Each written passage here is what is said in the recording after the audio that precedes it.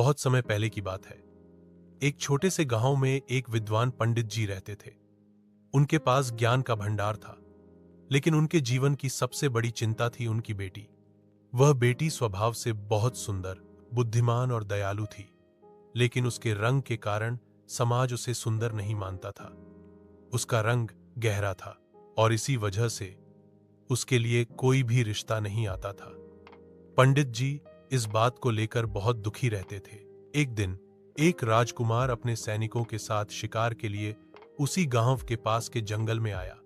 जंगल घना था और वहां एक जहरीले कीड़े ने उसे काट लिया। कुछ ही देर में राजकुमार बेहोश होकर जमीन पर गिर पड़ा। संयोग से उसी समय पंडित की बेटी जंगल में जड़ी बूटी इकट्ठा करने आई थी।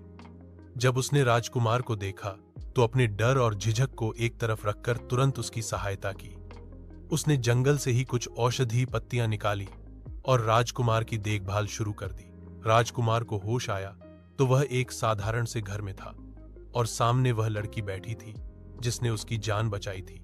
उसका रंग भले ही गहरा था, लेकिन उसकी आंखों में करुणा, चेहरे पर आत्मविश्वास और व्यवहार में ऐसी शालीनता थी जो राजकुमार के दिल को छू गई।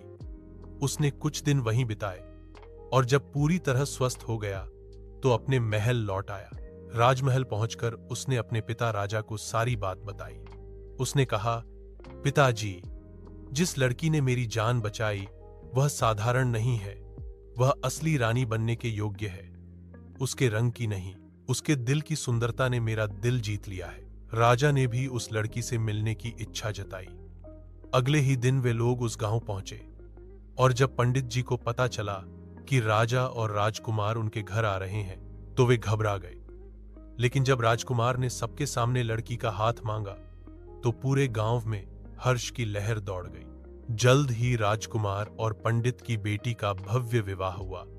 उस दिन से पूरे राज्य में यह संदेश फैल गया कि सच्ची सुंदरता रंग में नहीं, दिल और कर्म में होती है।